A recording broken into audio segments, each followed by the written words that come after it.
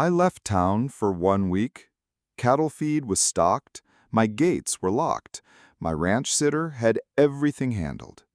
But when I came home 2 days early, I found something insane.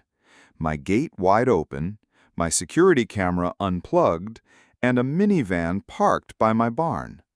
Inside my home, a family, living there, eating my food, using my towels, kids watching TV like it was a weekend vacation rental. And leading the whole operation? The president of the local HOA, Karen. When I confronted her, she had the audacity to call 911 and say I was trespassing. Huge mistake. Background: my ranch, my rules.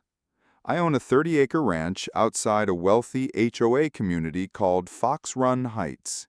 I am not part of their HOA. My property line is over 1,200 feet from their closest residence. They've tried before, demanding I upgrade my fence to match theirs, sending me friendly letters about how my barn ruins the landscape, asking if I'd consider selling to one of their board members. I always declined, politely but firmly, and apparently that made Karen angry. Airplane, the trip that sparked it all. I went out of state for a 5-day family emergency, a funeral. Left a ranch sitter in charge, gave him full access to feed the animals and check the place twice a day. He texted me regularly with photos. Then, on day 3, he stopped replying. I assumed he was busy or maybe had bad signal. What I didn't know, Karen had tricked him. Unlocked. The break-in. When I pulled into my driveway 2 days early, something was wrong.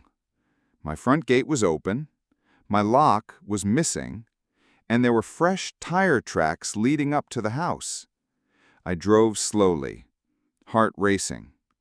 Then I saw the minivan. I walked around the side and looked through the window.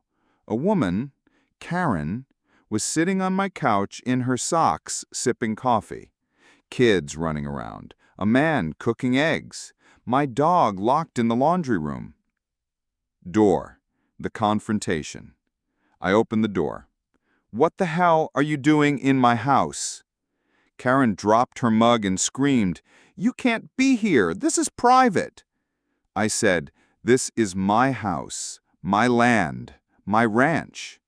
She said, and I quote, "We assumed you abandoned it. You were gone and your gate was open. We decided it was safer if someone stayed." You decided? Then, unbelievably, she pulled out her phone and said, "I'm calling 911. You're threatening a family." Place of worship. Cops arrive, and reality hits hard. 2 sheriff deputies arrived within 15 minutes. Karen met them outside, crying dramatically. I stayed calm, handed the deputies my title deed, the photos of my property before I left, a copy of the text thread with my ranch sitter, and the security cam footage, thankfully backed up to the cloud, showing Karen entering with bolt cutters. The deputies' faces said it all. Karen was detained on the spot. Men were lawyer, legal fallout. Karen was arrested for breaking and entering, trespassing, tampering with private security systems, and impersonating an authorized occupant. Her husband? Cited and released. The kids were picked up by a relative. The ranch sitter? Karen had told me I authorized her to house sit. He had no reason to doubt her. She used her HOA title like it was law. He felt awful, but wasn't charged. Tenamite. The fallout. Karen was charged with 3 misdemeanors and 1 felony. The story hit local news. HOA president breaks into ranch, lives there while owner away. The HOA removed her immediately and publicly denounced her actions. My neighbors, even the ones who didn't like me, came by to apologize on behalf of the community. Karen pled no contest, paid a fine, and was banned from ever setting foot on my property again. Postal sign, final touch. I installed a brand new steel gate and a sign that reads, "This ranch is occupied and armed. Don't try it." And under that, "This ain't an HOA timeshare."